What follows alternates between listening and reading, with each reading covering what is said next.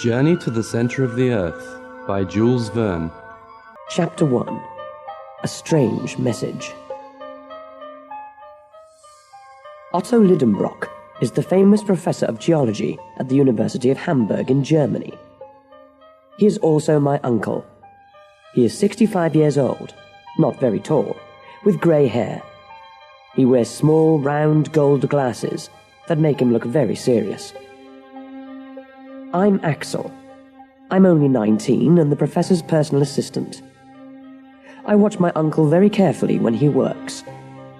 That's why I know so much about our planet, Earth.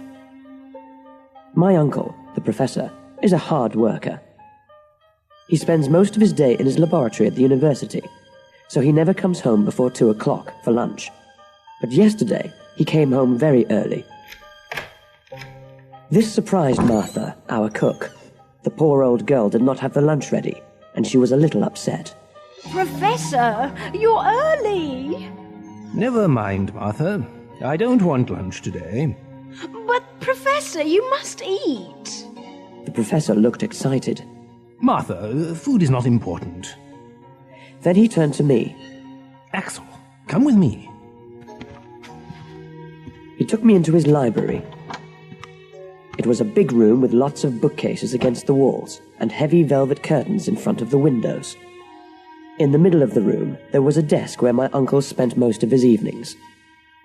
He took an old book out of his coat pocket. He looked at me. Axel, look at this. Look at this. I took it from his hand. Its cover was hard and it looked very old. Why? What is it, Professor? I found it today in an old bookshop. It's 700 years old. What's it about? It's about the old princes from Norway who came to live in Iceland. Why is that so special? He smiled and said, Because it is written in a language that no one uses anymore. I opened the book and saw strange letters from a strange alphabet. I did not understand any of it. I turned its yellow pages, and a piece of paper fell out of the book onto the floor. The professor jumped on it. What's this? It was an old yellow piece of paper with the same strange letters on it. The professor knew many languages, but he could not read this old language from Iceland. He took a thick book from one of the shelves. It was a dictionary for all the old languages in the world which people do not speak today. Then he gave me a piece of paper and a pencil. Axel, write down these letters as I read them to you. The professor read each letter to me, and I wrote them down. When we finished, this is what they said. Go into the volcano at Snæfellsjökull. Before the 1st of July, the sun will show you the way to the center of the earth. Make this journey. It is fantastic. The name under this strange message was Arne Saknussemm. Arne Saknussemm. I don't believe it. Who's he? He was a famous scientist. He wrote many strange things about the Earth, but no one believed him. They said he was crazy. This must be the answer to the things he said.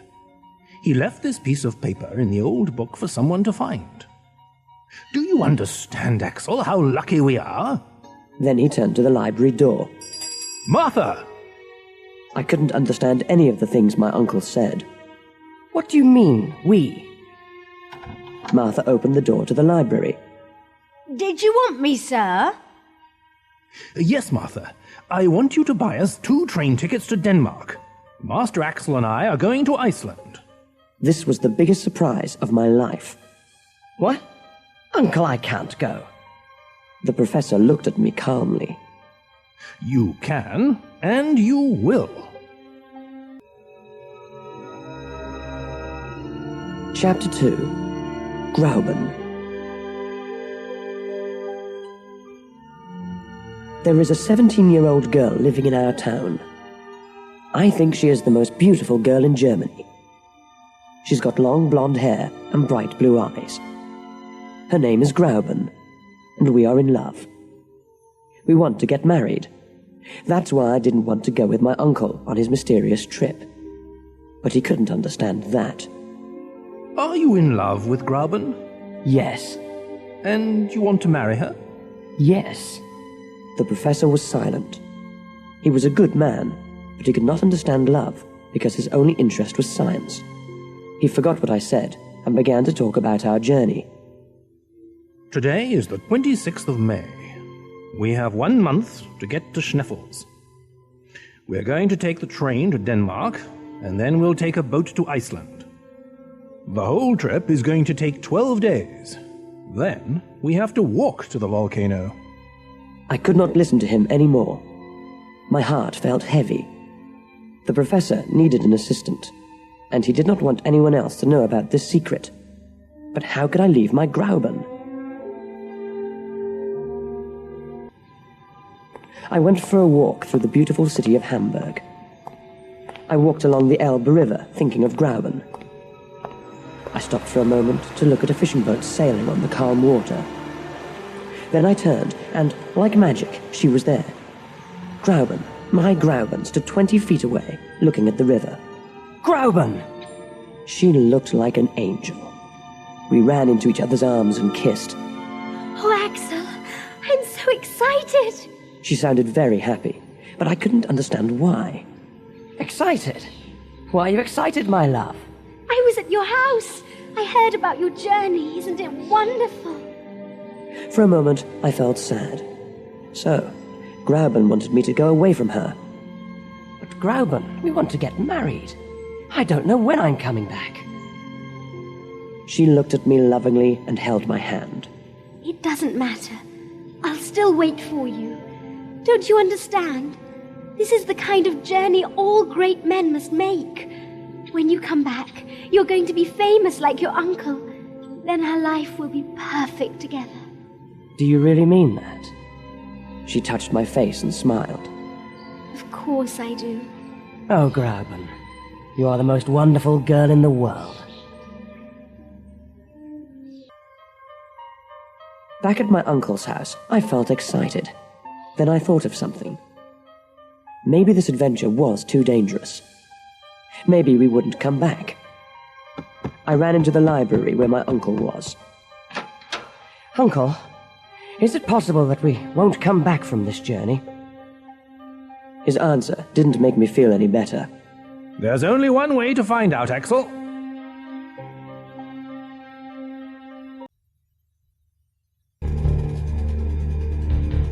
Chapter 3. Iceland. It was very early in the morning when the boat got to Iceland. We could see the round body of the Sneffelsjökull volcano going up into the sky through the clouds. It had snow near the top, and it looked like an angry monster waiting for someone to try and climb it. The boat stopped at Reykjavik. It was a small town with small brick houses. Mr. Fridriksson, a professor from the university there, met us at the boat. He looked very friendly and smiled when he saw us. You must be Professor Lidenbrock. And you must be Professor Fridriksson. This is my assistant, Axel. We shook hands. You got my letter, then? Oh, yes, Professor, and everything is ready for you. Please come with me.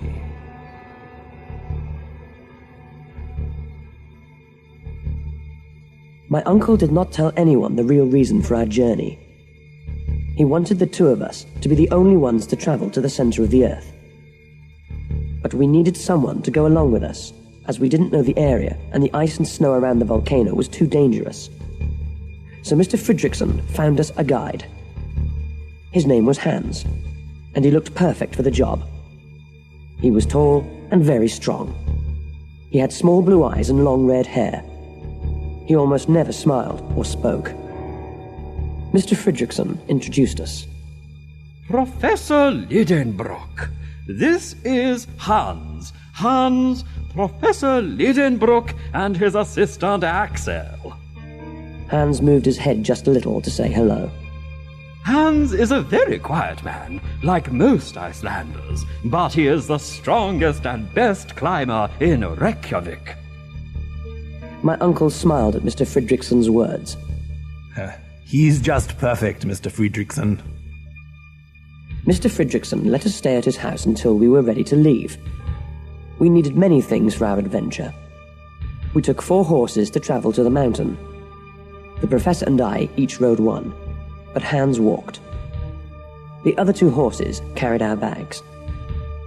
We took a lot of things with us: rope for climbing, tools, lights, guns, medicine, and enough food for 6 months. The only problem was we could only carry enough water for 1 week. The professor believed there was water under the volcano, but what if there wasn't? We left Reykjavik on the 15th of June, early in the morning. We travelled along the sea, and it was a wonderful journey. The land had a dark colour from the explosions of the volcano, and the beautiful blue sea next to it made it look fantastic. The journey to Sneffels took us 6 days, and each day we stopped in a different village for the night. The villages were small and very pretty, built at the foot of the volcano, next to the sea. The villagers were very nice, but like Hans, they did not talk much. When we got closer to the top of Sneffels, I thought of something. Uncle, what happens if the volcano explodes again? No, that's impossible. This volcano had its last explosion in 1229. I checked the ground. It's impossible. But it's not like... Axel, I am a scientist. This is a fact. There is nothing more to say. It was now 11 o'clock at night, and we were at the top. We stopped and found a small place inside the opening of the volcano where we could sleep. That night, I had a dream.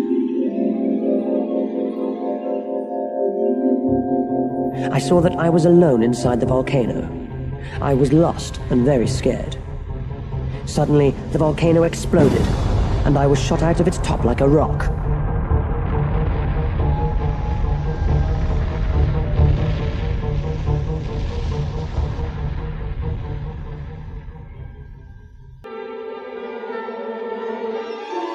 Chapter 4. Inside the volcano. The mouth of the volcano was 1 mile wide. We tied a rope around each other and began to climb down. Hans went first.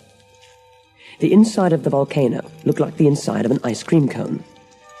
Its opening became smaller as we went down because of the rocks left there after explosions. The bottom of the volcano was 2,000 feet down. When we got there, I looked up and saw the opening at the top. It was a perfect circle of clear blue sky. There were 3 holes in the floor of the volcano. Each of them was about 100 feet wide. The explosion of rocks and hot lava once came through these holes and then out through the top. Now they looked like dark caves. I looked at the holes and then turned to my uncle. Which one do we take? I don't know. Arne Saknussemm said the sun touches one of them at the end of June. Today is June the 25th. It is too late to see the sun today. We must wait until tomorrow. What if it's cloudy tomorrow? Then we will wait again. But we only have 5 more days. In July, the sun is too low. It cannot reach the bottom of the volcano. Then we can go home? Axel, don't say such things. Tomorrow will be sunny, and we are going to the center of the earth. The next day, it was cloudy. The professor could not believe it. 4 days. We only have 4 days. Please, please, sun, come out, come out! The professor looked up at the sky with his arms open. The only thing he wanted now was to see the sunshine. I thought of Grauben and the danger waiting for my uncle and myself inside those holes. I hoped for rain. Hans built a small house from the large rocks he found on the floor of the volcano. He never said much, but he always thought of something useful to do. I checked the rock of the volcano walls to see how old they were. Drops of water from the ice and the snow outside ran down the wall, and the sound they made inside was like music.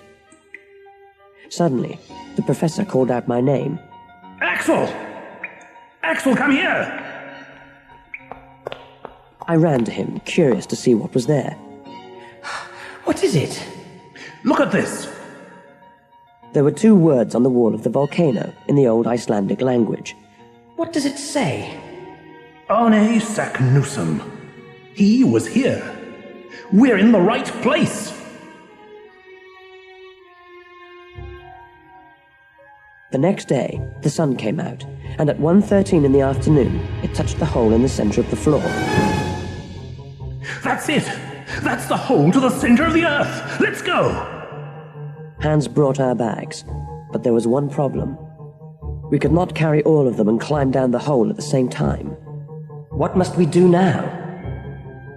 The professor took off his glasses and cleaned them while he tried to think of a solution. Well, we'll throw everything we don't need down the hole, and we'll find it when we get to the bottom. Hans threw the bags down the hole in front of us. We listened, but we never heard them hit the bottom. Chapter 5. Lost in the Tunnels. We put our rope through holes in the rocks on the sides of the walls, then climbed down. Hans went first, then my uncle, then me. Every 200 feet, we found a flat rock to stop on. We pulled the rope down from above us, tied it to a new rock, then started again. We did this for almost 10 hours. We traveled 2,000 feet down. Finally, Hans said something. Stop! It was only one word, but it was nice to finally hear his voice. What happened? We are at the bottom. The professor and I looked at him. Of what? I don't know. There was a turn in the hole. There was an open area like a cave at the bottom of the hole, which continued to the right. Our bags were there. After 10 hours of climbing down, we were very tired. We decided to spend the night there.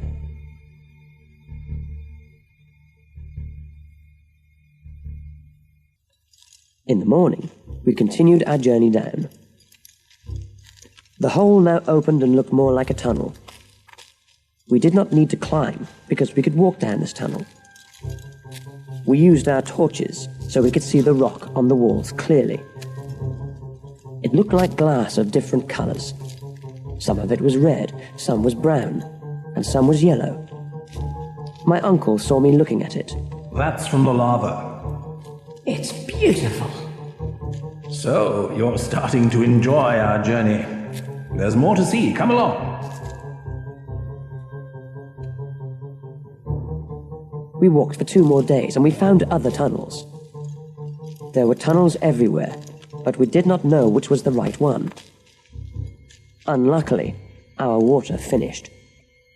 Now what are we going to do? We're going to find a spring. There are many, but we have to go down further. I could not move. I was very tired and thirsty, and thinking of Grauben. Uncle, I can't go on. Axel, please. We are going to find water. Water! It was Hans's voice. What did you say? Water! There was a loud sound behind the wall next to us. It sounded like the water of a river. Hans took a pickaxe and made a hole in the wall.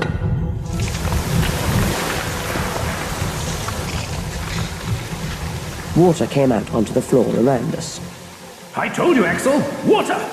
Ow! It's hot! Don't touch it, it needs air! We're too far underground! The water was cold enough to drink after a few minutes, and we all felt strong again. We continued our journey, but I made a serious mistake. I was very excited about finding the water, and I went first. I walked too far in front of the others, and I got lost. I tried to go back, but I could not find them. I shouted their names. Uncle! Hans! Uncle! I could only hear my own voice in the tunnel. I was afraid. I ran. Then I fell. I fell through the air down a long tunnel. Then I hit my head, and everything went black around me. Chapter 6. An Underground Water World. When I opened my eyes, I heard the sound of the sea. The sun was high in the sky, but this was not possible. We were under the ground. My uncle stood over me. He's okay, Hans. I saw Hans smile. My head hurt. I touched it, and I felt a bandage on it. I tried to speak, but it was difficult. Where are we? Don't speak, Axel. You had a terrible fall. We heard you screaming. We were in a tunnel next to yours. Luckily, the two channels came out here, on this beach.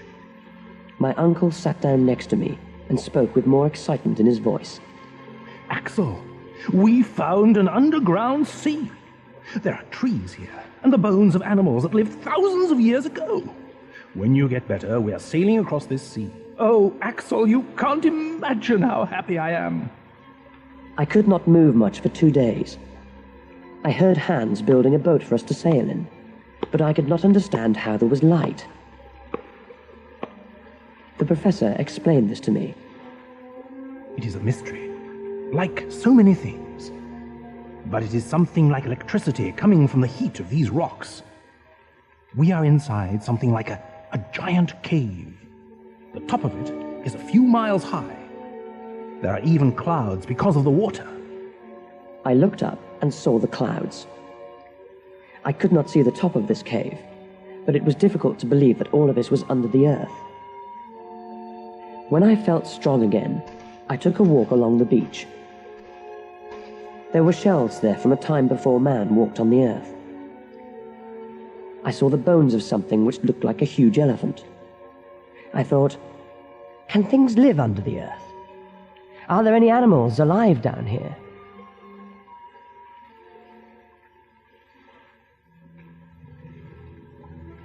The boat was ready, and we were ready to sail. We left the beach, and a strong wind pushed us quickly out to sea. After a few hours on this strange sea, Hans tied the pickaxe to a rope and threw it into the water. The professor wanted to know how deep the sea was. It never touched the bottom. When Hans pulled it back into the boat, its metal head looked different. There were large marks on it. What's that? Hans looked at it closely. Teeth! Teeth? Could something so big live in these waters? The professor looked at his compass. We are traveling south. If I am right, we left Iceland when we went under the volcano. We traveled under the Atlantic Ocean, and now we are under Scotland. That's fantastic! But we're still not going down. I want to go further down. Suddenly, there were huge waves rocking the boat. What's happening? Hans pointed to something dark about a mile away from us. It came closer, and I thought I saw a giant dolphin. I was wrong. It was an alligator. It came closer, and I saw that I was wrong again.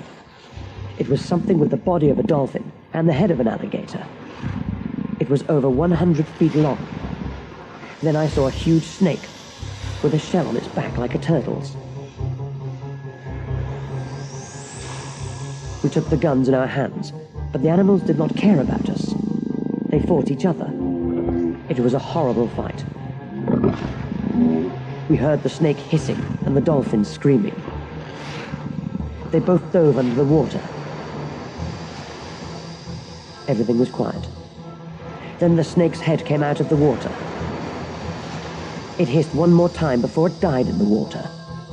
But where was the monster dolphin?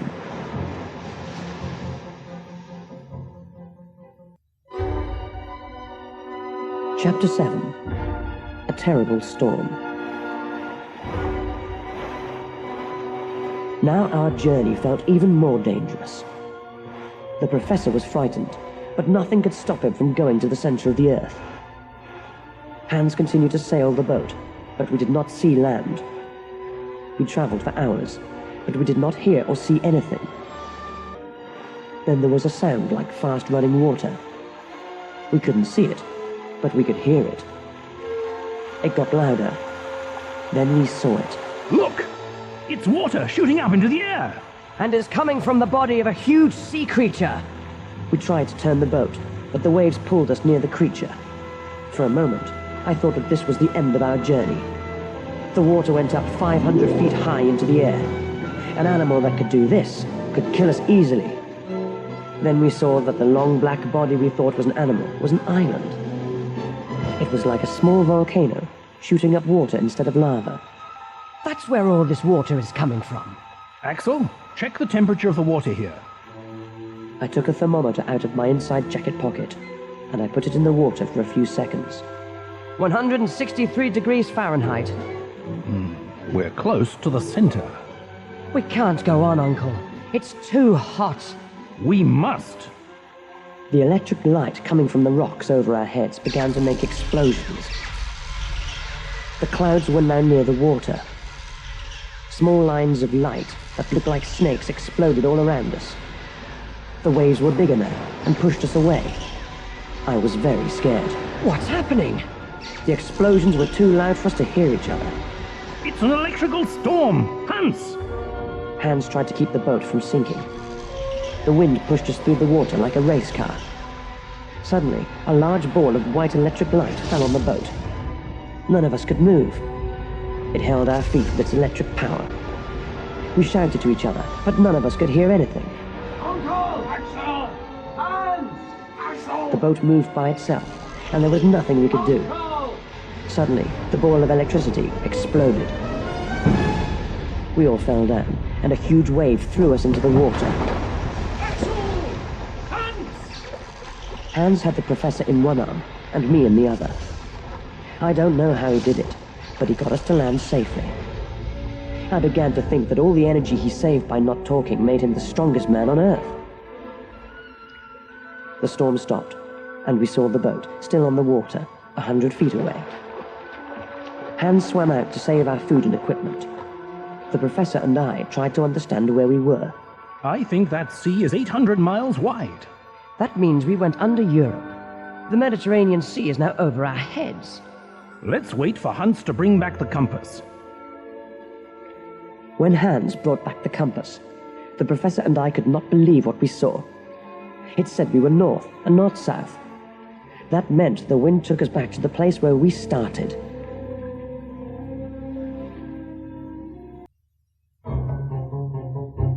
Chapter 8. A Lost World. We were on the north side of the sea again, but not on the same beach as before. For this reason, we began to look around to see what we could find.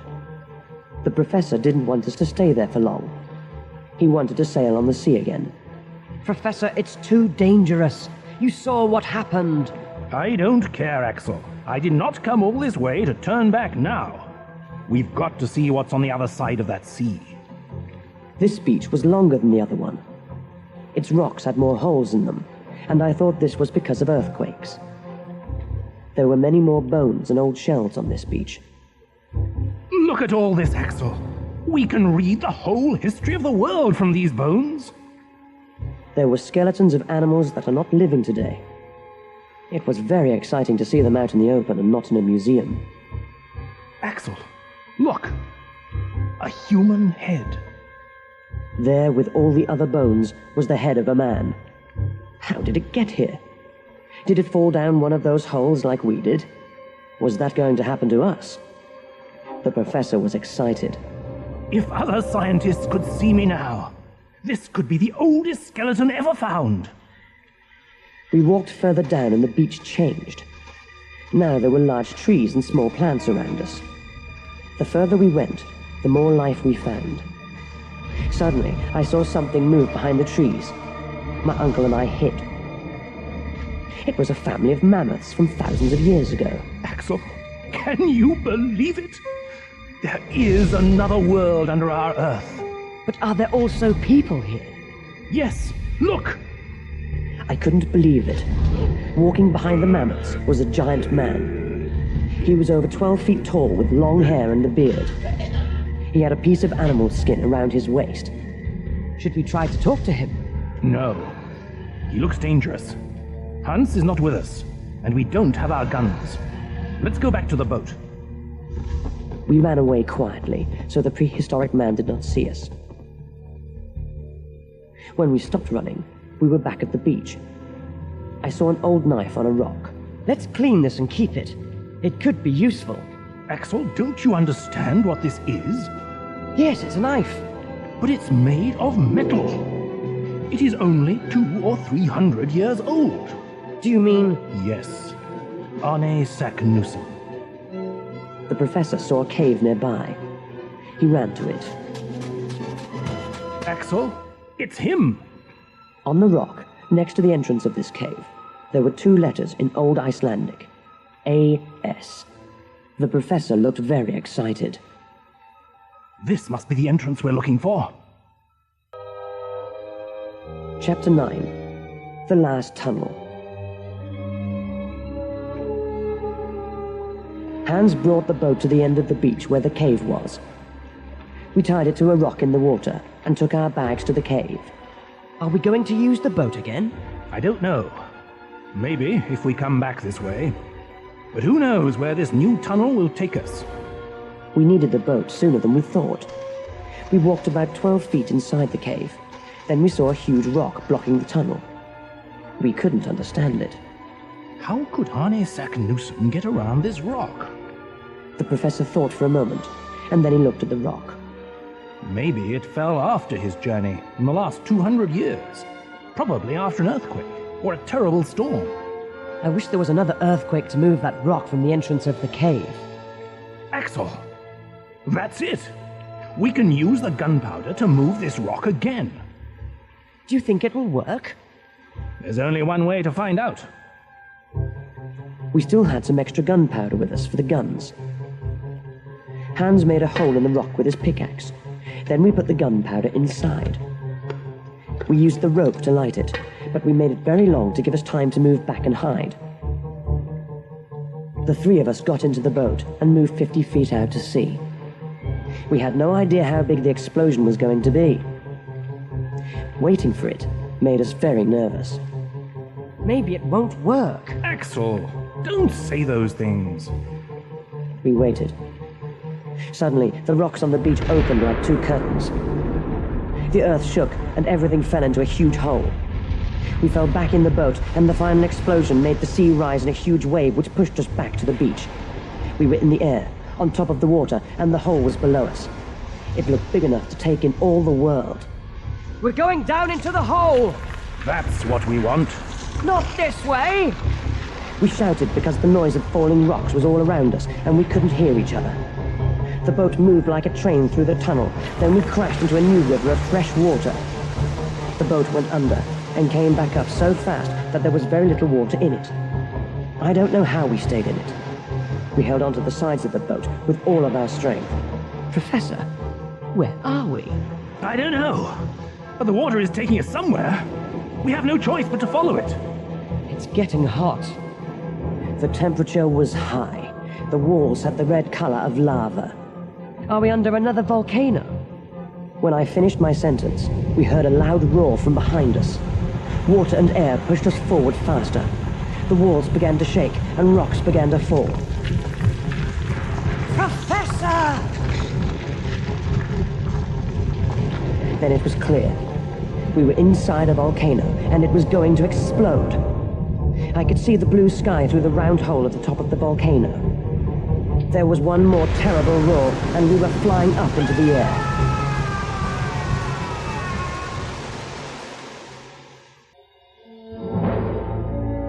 Chapter 10. Back Home. The volcano threw us into the sea.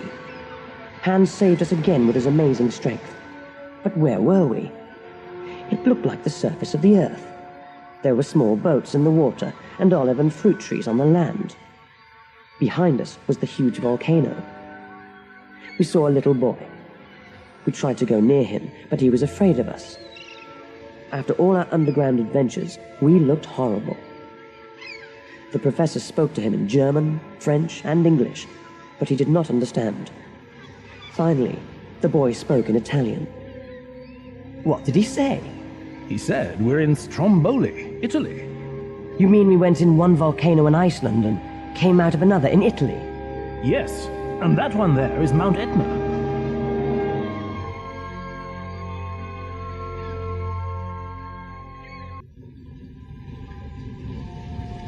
And that was how our journey ended. The professor was not happy that he didn't get to the center of the Earth, but when we got back to Germany, he felt better. Martha told everyone in Hamburg about our journey, and when we arrived, there was a big celebration for us.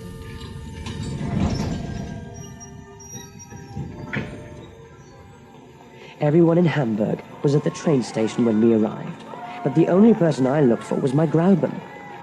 And I saw her, like a white light moving past the others until I could hold her. Oh, Axel, I'm so glad you're back. I thought of you every day, and sometimes I was afraid, but somehow I knew you were all right. Well, I never felt that I was safe, but I did want to come back to you every minute of every day. There was a stage set up in the station, and the journalists who were there asked the professor to talk about our journey. Uncle Otto was tired, but he agreed.